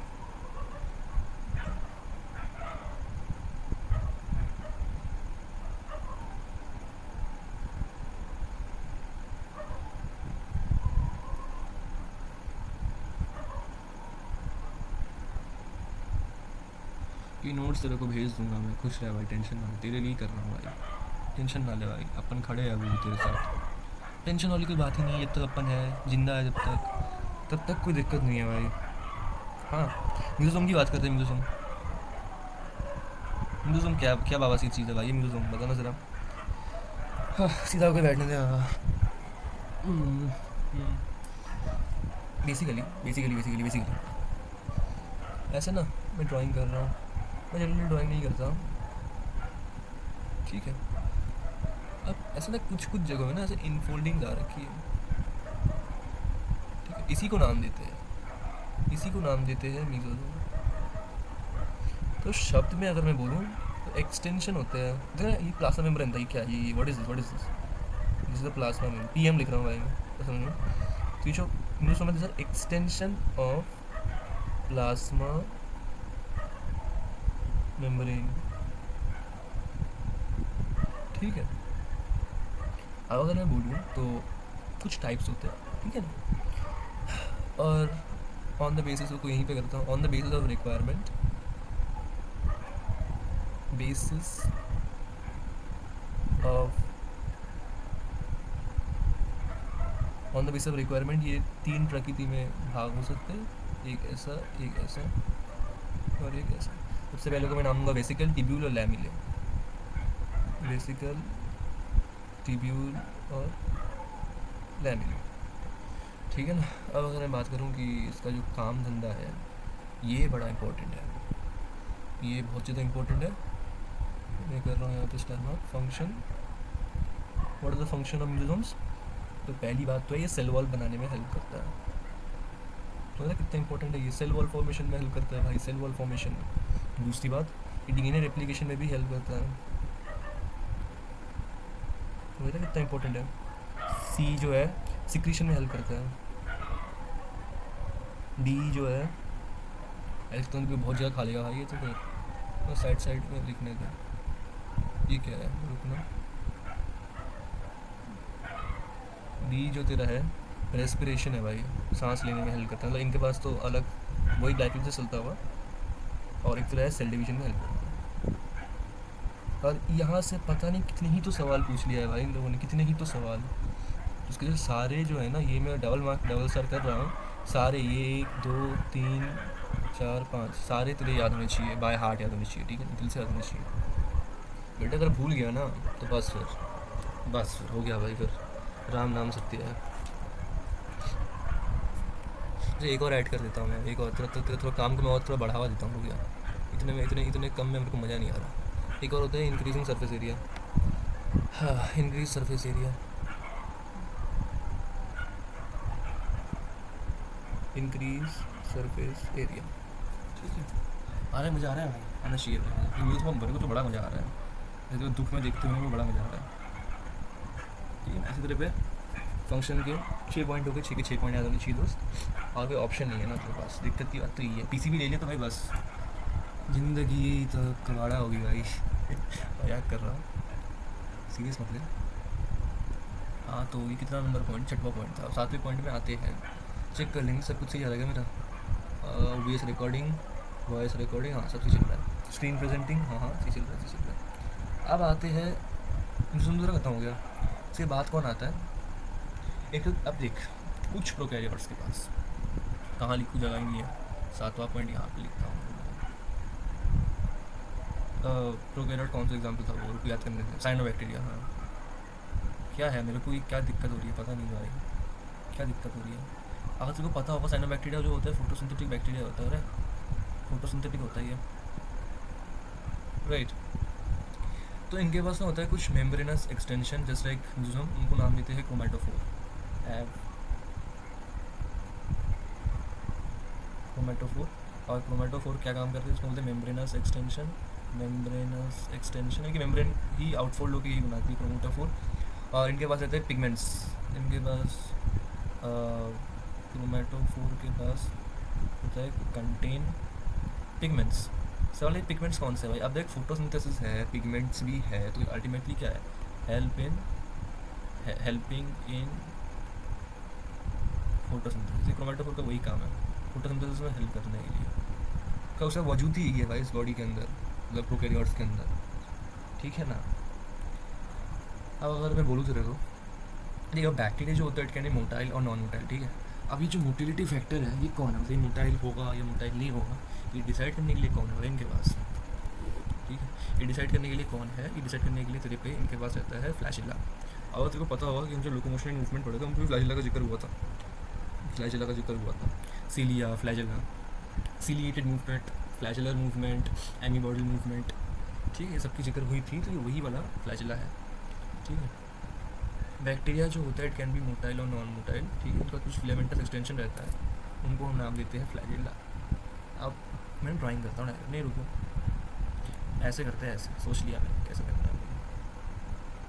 बैक्टीरिया हुआ मोटाइल, या तो मोटाइल होगा या तो नॉन मोटाइल होगा। मोटाइल होगा तो भैया फ्लैजेला जो है प्रेजेंट है और इसमें एब्सेंट है, ठीक है। तो फ्लैजेलम एक्चुअली में दिखता कैसा है, ऐसे गोल सा समुंदर बना, छोटा सा बना, ठीक है, ऐसे बनाओ। इसके बाद एक वो होनी चाहिए मोहर लगाने के लिए, ऐसे, ठीक है, ऐसे बनाओ। फिर एक और छोटा सा हुक निकालो, ठीक है, और वहाँ से एक लंबा सा धागा ऐसे बाहर निकाल दो, ऐसे करो। ऐसे कुछ सकता है आपका फ्लैजिला सर, आपका नहीं मतलब इनका। इसके पास जो अंदर ढसा हुआ जो पोर्शन, इसको नाम देते हैं बेसल बॉडी, ठीक है, बेसल बॉडी। उसके बाद जो छोटा सा एंकर निकला हुआ है, एंकर पॉइंट, उसको नाम देते हैं हुक, ठीक है। और फिर जो लंबा वाला सिस्टम है ना, धागा, ये जो धागा निकला पड़ा है, इसको नाम देते हैं फ्लैजिला या फिर फ्लैजिलम, ठीक है। तो ये 3 पार्ट होता है, और this is how a thing looks like, bacteria flagellum. Sorry sorry sorry sorry sorry sorry sorry गलत लिख दिया। इसको फिलामेंट बोलते हैं दोस्त, एफ से दोनों स्टार्ट में थोड़ा कन्फ्यूज हो गया, सॉरी। फिलामेंट, एंड इस पूरे को हम नाम देते हैं फ्लैजिला, ठीक है। तो फ्लैजिला के 3 पार्ट होते हैं, मैंने लिख दिया। और फिलामेंट की अगर बात करें तो ये लॉन्गेस्ट पोर्शन होता है, दिख रहा है भाई पिक्चर में, सबसे लंबा पोर्शन होता है ये। अब अगर मैं बोलूँ उसके बाद वाला पॉइंट कौन सा है, तो अब फ्लैजिला को छोड़ के भी ना कुछ और ही मोटिलिटी फैक्टर्स रहते हैं, सरफेस स्ट्रक्चर बोलते हैं, ठीक है उन्हें। इसका मैं 9वां पॉइंट कर दिया। अब इंपॉर्टेंट पॉइंट्स मार्क कर लेंगे। ये क्रोमेटोफोर वाला पॉइंट पूछ सकता है, फोटोसिंथेसिस में हेल्प करता है, पूछ सकता है। बैक्टीरिया के ये जो 3 पार्ट्स थे फ्लैजिला के, बेसल बॉडी, ये स्ट्रक्चर पूछ सकता है, ठीक है। पूछने के लिए तो कुछ भी पूछ ले, उसकी मर्जी है, बट क्या पूछ सकता है उसका एक आइडिया तो है मेरे पास, ठीक है ना। और उसके बाहर नहीं पूछना चाहिए तो ही बेहतर है, ठीक है। 9वां पॉइंट मेरे कहीं सरफेस स्ट्रक्चर, यानी कि ऊपरी परत में जो स्ट्रक्चर है ना, ऊपरी परत में, बाहरी परत में 3 स्ट्रक्चर होते हैं। फ्लैजिला को तो हमने कर दिया डिकोड भैया जी। अब आपका कौन सा आता है, अब आपका आता है पिलाई। पिलीन प्रोटीन से बनता है, ट्यूबुलिन प्रोटीन से बनता है टिब्यूल, पिली, और स्पेलिंग से लिखा क्या, हाँ सर, टिब्यूलिन से फिम्ब्रियाई बनता है, फिम्ब्रियाई, ठीक है, ऐसे। बट इनका जो काम है, ये जो रजिस्टर, ये जनरली मेनली मोटिलिटी के लिए डिसाइड है, मेनली मोटिलिटी में हेल्प करता है। और ये generally not in motility, generally कुछ और काम में हेल्प करता है। नो मोटिलिटी रोल, इनका इसका मोटिलिटी वाला रोल तो नहीं है, ठीक है। अब जो होता है पिली, जो तरह होता है पिली, अब मैं लिखते जाऊँगा, तू याद करते जाएगा, ठीक है ना। तो पिली है, पिली बनता है ट्यूबुलर स्ट्रक्चर, पहले तो ट्यूब रहता है इसमें, ट्यूब गोल गोल ट्यूबुलर स्ट्रक्चर होता है। और एक मेड ऑफ स्पेशल प्रोटीन, जिसको हम लोग नाम देते हैं पिलीन, और ये इंपॉर्टेंट नहीं है वैसे, मेड ऑफ स्पेशल प्रोटीन से बना है, इतना इंपॉर्टेंट है, ठीक है, पिलीन। और फिम्ब्रियाई होता है अटैचमेंट के लिए, ठीक है ना दोस्त, तो आपको पता होना चाहिए दोनों ही। फिम्ब्रियाई होता है ब्रिसल लाइक स्ट्रक्चर, देखना इंसेट में लिखा हुआ, स्मॉल ब्रिसल लाइक स्ट्रक्चर, ठीक है। और एक तरह होता है, एक तरह स्मॉल, ये तो एक होता है, और जनरली अटैचमेंट में हेल्प करता है, ठीक है। अटैचमेंट में generally attach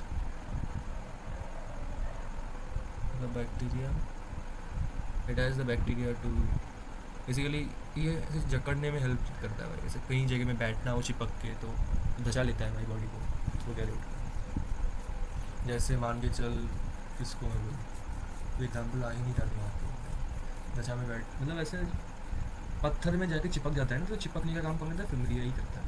attach the bacteria to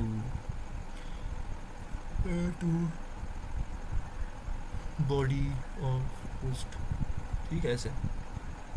तो अब यहाँ में से कौन कौन क्या पूछ सकता है भाई, थोड़ा आइडिया लगाने दे मेरे को। ये तो कभी नहीं पूछेगा कि ये मोटिलिटी रोल, ये ज़रूर पूछ सकता है पिली के बारे में, कि ये एक ट्यूबुलर स्ट्रक्चर है, एक खास प्रोटीन से बनता है ये वाला, ये तो। और फिम्ब्रियाई भी पूछ सकते हैं कि अटैचमेंट वाला सवाल तो पूछ रखा है, ये तो PYQ है, हम लोग को याद है, ठीक है, सक्सेसफुली याद है भाई।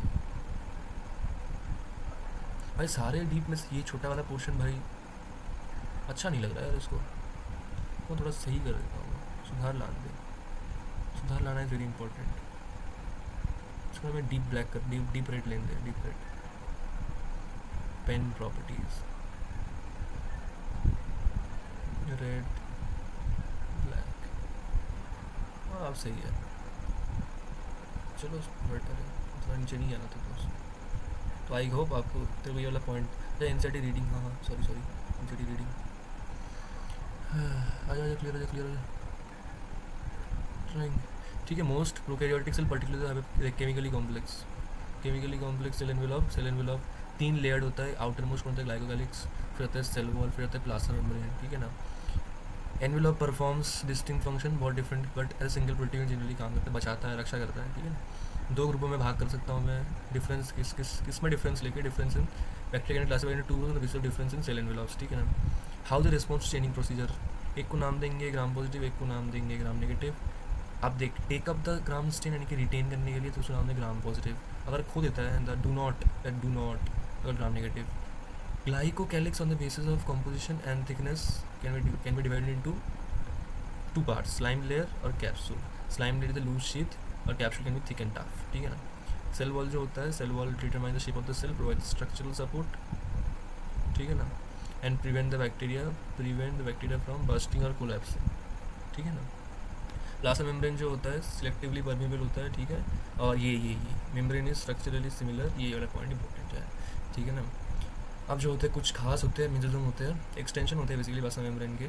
और ये एक्सटेंशन के भी बहुत सारे रूप होते हैं, वेसिकल, ट्यूब्यूल, लैमेले, कि कौन सा मेरे को इंपॉर्टेंट है, कौन से काम में आ रहा है, क्या काम करना है, तो उसके बेसिस में काम कौन से है। एक तरह होता है cell wall formation, DNA replication, distribution to daughter cell, respiration में भी हेल्प करता है, सिक्रेशन में भी हेल्प करता है, इंक्रीज सरफेस एरिया में भी हेल्प करता है। प्रोकैरियोट्स के अंदर कुछ साइनोबैक्टीरिया होते हैं, ठीक है ना, इनके पास होता है मेम्ब्रेनस एक्सटेंशन, ये भी एक बाहर ही निकली हुई सामान्य वस्तु है साइटोप्लाज्म से, इसको नाम होते हैं क्रोमेटोफोर। इनका होता है पिगमेंट, यानी कि अल्टीमेटली दिशा यही कि भाई पिगमेंट है तो वही करने में हेल्प करता है, फोटोसिंथेसिस करने में हेल्प करता है, ठीक है। Bacterial cell can be motile और नॉन मोटाइल। अगर मोटाइल हो, if motile then they will definitely have flagella, और फ्लैजिला का फिलामेंटस एक्सटेंशन रहता है, ठीक है।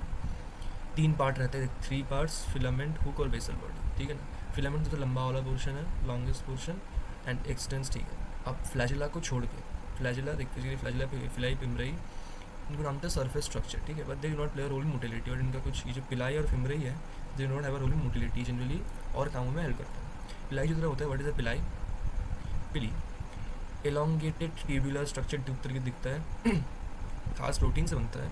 फिमरई जो है, फिमरी यही जो है स्मॉल ब्रिसल लाइक होता है, ब्रश की तरह होता है, और ये अटकने में हेल्प करता है, ठीक है। They are known to help attach the bacteria to rocks and stain hole and also the host bodies.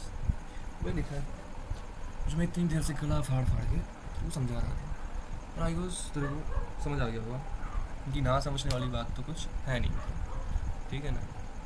अगर मैं इनकी वो वाली बात करूँ, राइबोसोम्स की बात करूँ, ठीक है ना,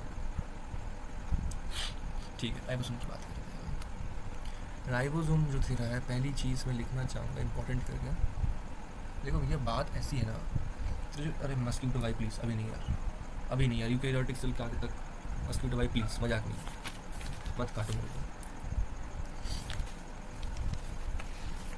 3 पार्ट में करेंगे भाई, मेरा गला मर जाएगा भाई, दर्द तो वैसे ही हो रहा है गले में। इसको ख़त्म करके मैं इसको अपलोड कर दूँगा, और फिर रिकॉर्ड करके फिर अपलोड करूँगा, फिर अपलोड कर दूँगा, बढ़िया है। राइबोसोम जितना है, राइबोसोम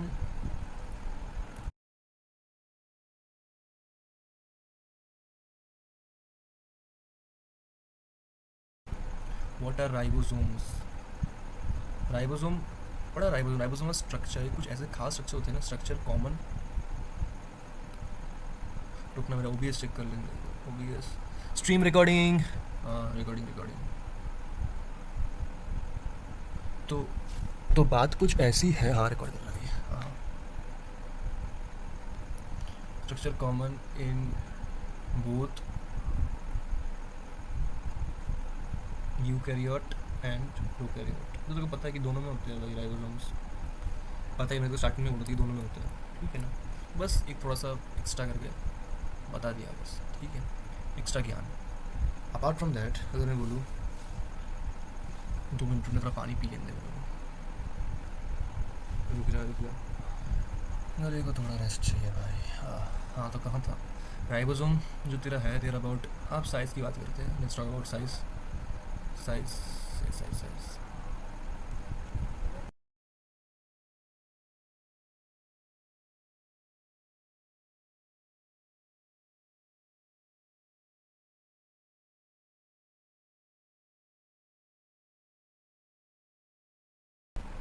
ओके हो गया, फिर से करने दे। हाँ ऑडियो रिकॉर्ड हो गई है मेरी, फाइन फाइन।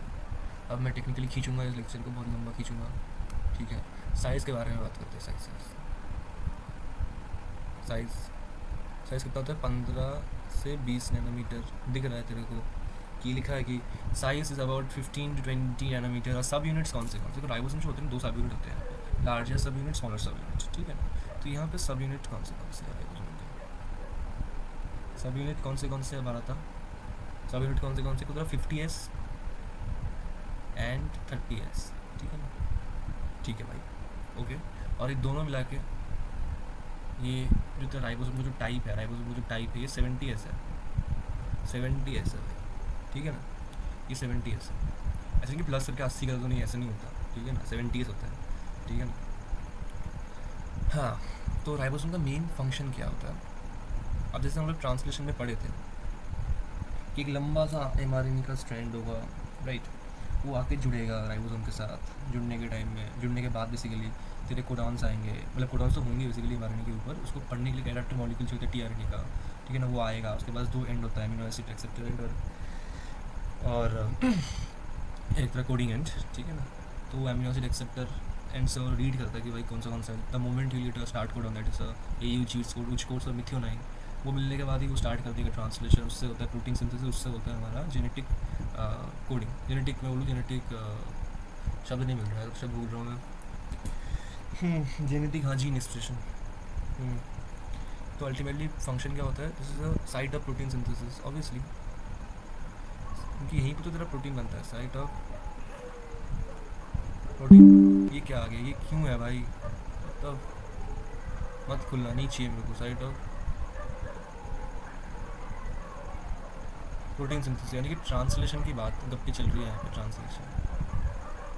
ठीक है ना? अब अगर मैं बोलूँ तो सेवरल मत करो ना यार, इसको बंद करो भाई। टर्न ऑफ नोटिफिकेशन, दिमाग ख़राब करके रखे हैं, इरिटेट कर रखे हैं मेरे को। ठीक है ना? तो ऐसे बहुत सारे राइबोसोम आके, ऐसे मैं बोल रहा था कि भाई राइबोसोम आके चिपकेंगे एमआरएनए के साथ, लार्जर और स्मॉल सब यूनिट, तभी जगह ट्रांसलेशन की जो प्रक्रिया है वो आरंभ होगी, राइट? तो यहाँ पे वही लिखा है कि सेवरल राइबोसोम। राइबोसोम जो होता है बेसिकली, कैसे समझाऊँ, ऐसे मैं थोड़ा ड्राइंग करके समझाता हूँ। ठीक है? अगर स्मॉलर सब यूनिट ये तेरा ऐसे, ठीक है ना? ये जो पूरा सिस्टम जब है, ऐसे मैं समझा रहा हूँ, ठीक है ना? ऐसे तेरा है एमआरएनए की स्ट्रेंथ कोडिंग, एमआरएनए है ये, ठीक है ना? ये जब आके ऐसे आएंगे और आके जब ऐसे बनाएंगे कुछ ऐसे, एक ऊपर एक सब यूनिट और नीचे एक सब यूनिट ऐसे, ठीक है ना? आगे चिपक के जुड़ गए, ठीक है ना? तो इससे ये क्या बना? इसको ही तो बोलते हैं पॉलीराइबोसोम। पॉली, मैं नहीं लिखता हूँ मैनी मैनी मैनी राइबोसोम, ठीक है ना? पॉलीराइबोसोम या फिर पॉलीसोम। सवाल है कि पॉलीसोम क्या होता है, लिख ही देते हैं। वैन मैनी, ये क्या है? एमआरएनए का अच्छा लिख ही तो दिया। वैन मैनी राइबोसोम, बहुत सारे राइबोसोम आएंगे and get attached to mRNA का स्ट्रैंड, और एमआरएनए के स्ट्रैंड से वो जुड़ गया, तो जुड़ जाने के बाद एक लंबी सी चेन बनेगी टू फॉर लॉन्ग चेन। उस चेन को नाम देंगे, सवाल है किसका चेन, तो वो तू पढ़ता होगा इसमें, अमीनो एसिड की चेन, पॉलीराइबोसोम। मतलब उसके बाद बनेगा बेसिकली प्रोटीन। प्रोटीन ही तो है एक अमीनो एसिड की चेन, राइट? पॉलीराइबोसोम और पॉलीसोम, ठीक है? कर दिया। ये वाला पॉइंट तो खत्म हो गया, और इसी के साथ ये वाला पार्ट भी खत्म हो गया। इंक्लूजन बॉडी से छोटा सा टॉपिक, सॉरी भूल गया। इंक्लूजन बॉडी से सीधा हो गया भाई। हाँ, इंक्लूजन बॉडीज कितना है भाई ये वाला? मुझे राइबोसोम का मैंने नंबर नहीं दिया गया। अच्छा 7वां पॉइंट 8वां, ये तेरा 8वां है, ठीक है ना? ठीक है, 8वां और मैं 9वां कर रहा हूँ। 9 टोटल 9 स्ट्रक्चर के बारे में हम जनरली पढ़ते हैं। एक हमारा आता है inclusion bodies.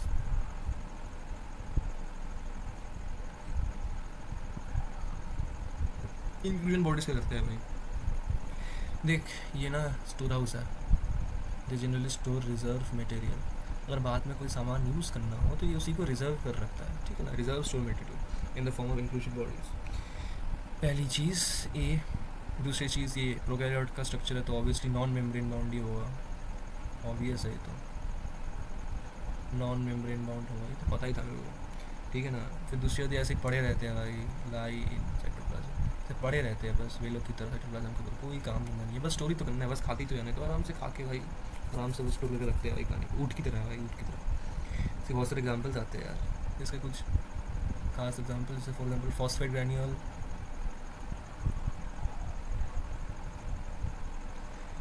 Granule, cyanophycin granule, glycogen granules,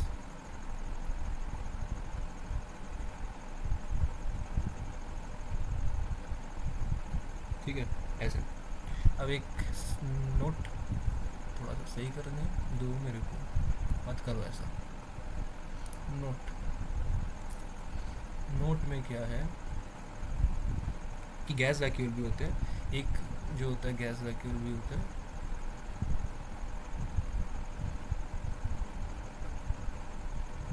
gas vacuole जो होता है फाउंड एक खास वाले में मिलता है, पर्पल ग्रीन फोटोसिंथेटिक बैक्टीरिया में मिलता है, found in purple and green photo synthetic bacteria. दूसरा इंपॉर्टेंट पॉइंट, मैंने यहाँ तक तो इंपॉर्टेंट पॉइंट जितने भी थे मैंने बता देते, ये वाला पॉइंट में थोड़ा, ये तो स्ट्रक्चर इन कॉमन ये इंपॉर्टेंट है, 50s 30s ये इंपॉर्टेंट है, साइट ऑफ ये इंपॉर्टेंट है, ये जो स्टेटमेंट है मैंने लिखा है कि बहुत से राइबोसोम के बारे में लिखा, में आके चिपक एक लंबी सी रेखा बनाई कि उसका नाम था राइबोसोम, ये वाला इंपॉर्टेंट है। इंक्लूजन बॉडीज में ये रिजर्व मटेरियल को स्टोर होता है, ये वाला पॉइंट इंपॉर्टेंट है। साइटोप्लाज्म में से बड़ा रहता है, ये वाला पॉइंट इंपॉर्टेंट है। गैस वैक्यूल वाला पॉइंट इंपॉर्टेंट है, ठीक है ना? इसी के साथ मैं इसका पार्ट 1 करता हूँ, खत्म समाप्त। 3 पार्ट में खत्म करेंगे, चैप्टर खत्म करके ही मानेंगे, ठीक है ना? बढ़ते रहिए, ऑल द वेरी बेस्ट, तब तक के लिए ओके बाय। चलो जी, थैंक यू, नमस्कार।